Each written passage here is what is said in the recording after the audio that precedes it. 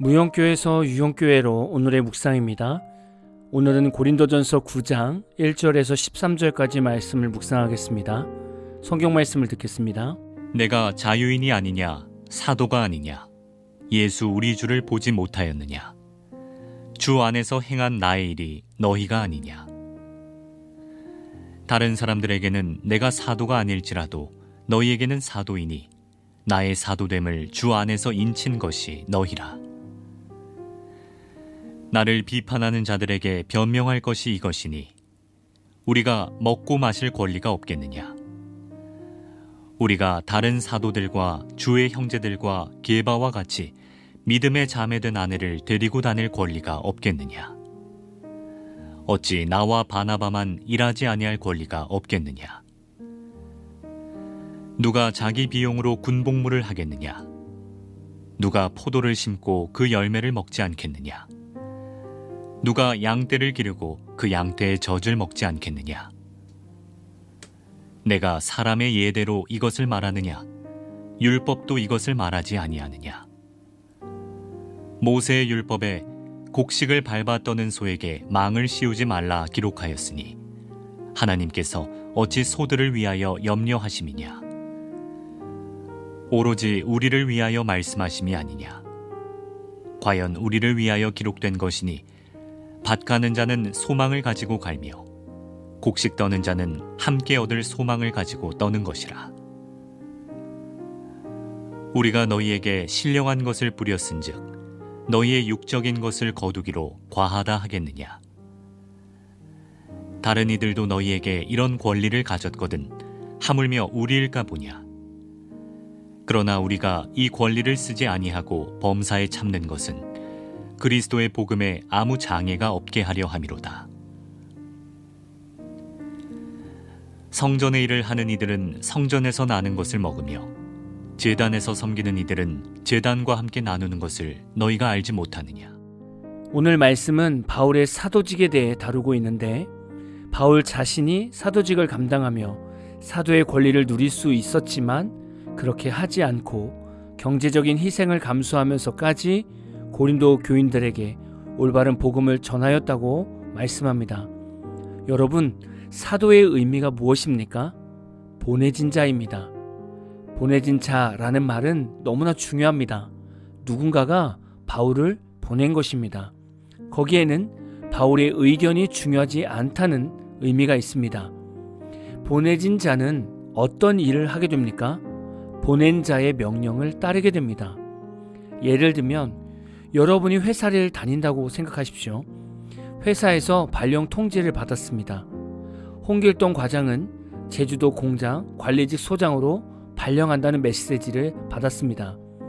회사에서 이 통보를 받았을 때 저는 제주도에 가지 않겠습니다 라고 말할 수 있겠습니까? 그럴 수 없습니다. 가지 않겠다고 말할 수 있는 상황은 사직서를 쓸 각오를 하면 가지 않겠다고 말할 수 있습니다. 아마도 대부분 직원은 회사에서 발령한 곳으로 순종하며 갈 것입니다. 이것이 사도직입니다. 성도가 되었다는 것은 하나님께서 어디를 보내시든지 네 라고 대답하고 순종하는 것입니다. 이것이 바울이었습니다.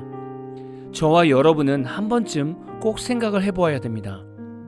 우리는 지금 사도로 살아가야 하는 존재인데 과연 하나님이 보시기에 우리는 사도로서 세상에 온전히 보내심을 받았는가를 돌아보아야 합니다.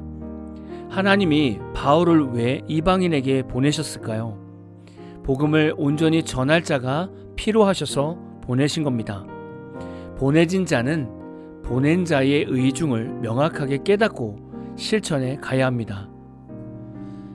만약에 회사에서 다른 곳으로 발령을 받은 직원에게 특별한 혜택이 있다면 여러분은 어떻게 하시겠습니까? 예를 들면 파견 근무 지역에 회사 관사가 있어서 기숙사처럼 쓸 수도 있고 법인카드가 나와서 손님 대접할 때나 회사 회식 모임 시 사용할 수 있는 겁니다.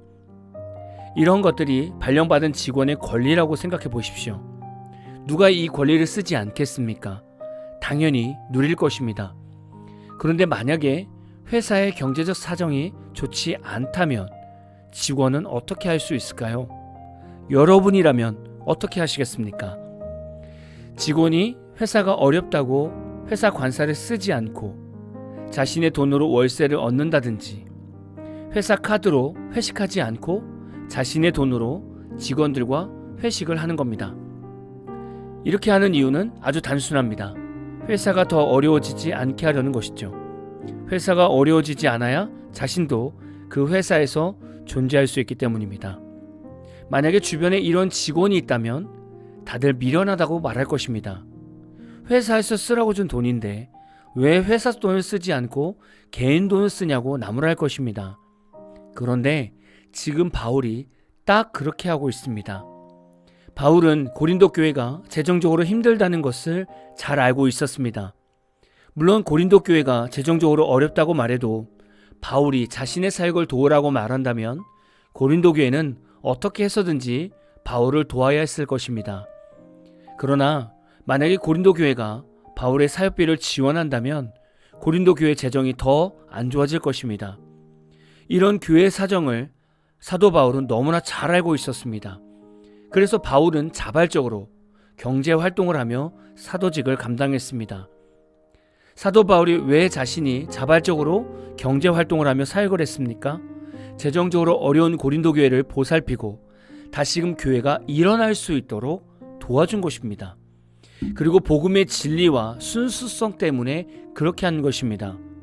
복음이 금전적인 문제로 인해 왜곡되거나 불순한 동기로 전파되지 않도록 하기 위해 자신의 권리를 포기했던 것입니다.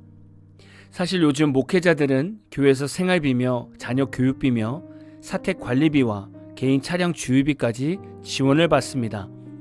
그러나 모든 교회에서 다 목회자들이 이런 지원을 받는 것은 아닙니다.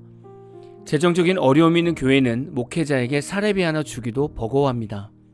만약에 목회자가 오늘 말씀을 묵상한다면 어떻게 묵상할 수 있겠습니까? 사례비를 많이 주고 번화된 도시 교회로 목회를 나가는 것보다 복음의 순수성을 지키기 위해 하나님이 보내신 교회를 순종하며 가는 것을 더 중요하게 여겨야 할 것입니다.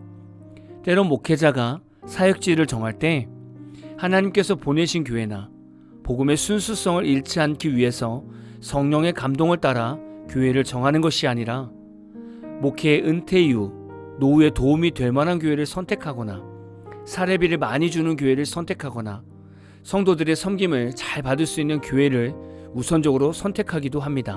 물론 저도 인간적으로는 앞에 거론한 그런 좋은 교회 담임자가 되고 싶습니다. 그러나 보내진 자는 보낸 자가 원하는 곳에 원하는 사역을 해야 가장 아름다운 사도가 됩니다. 그래도 아직 우리나라의 많은 목사님들은 하나님의 보내심을 받은 곳에 순종하며 가려고 애쓰고 있습니다.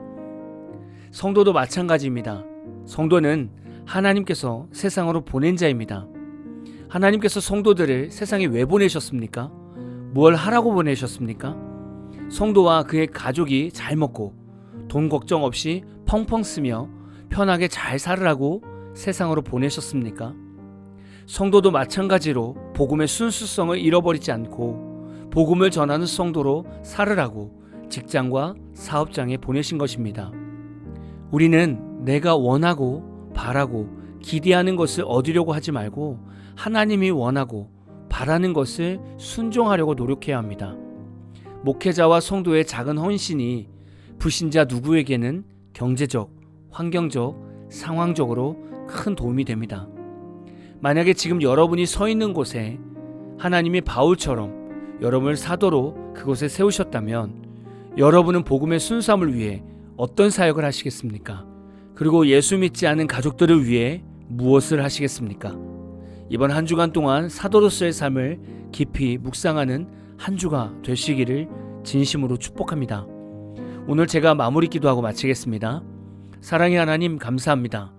우리를 세상에 사도로 보내주시고 복음이 필요한 직장과 가정과 사업장에 보내주셔서 감사합니다. 우리는 사도 바울처럼 복음의 순수함을 가지고 어디서든지 하나님의 영광을 위해 살아가는 성도가 되기를 소망합니다. 하나님의 일을 하는 사도는 하나님이 먹이시고 입히시고 반드시 채워주십니다. 한 주간 동안 우리 모든 성도들이 사도로 살게 하옵소서. 그리고 주의 일을 하는 성도들을 먹여주시고 입혀주시고 채워주시는 하나님을 경험하게 하옵소서. 지금은 기독교인 모두가 나라와 민족과 위정자를 위해 기도해야 될 때입니다. 하나님이 원하시는 나라, 하나님의 말씀에 순종하는 민족, 하나님의 법도를 준행하는 위정자가 세워지게 하옵소서. 우리의 모든 한 주를 주님께 맡깁니다. 예수님의 이름으로 기도합니다. 아멘. 오늘 마무리 찬양은 호산나 싱어지의 주님 나를 택하사 라는 찬양입니다. 찬양 후에는 잔잔한 연주곡이 있습니다. 말씀을 생각하면서 기도하는 시간을 가져보십시오.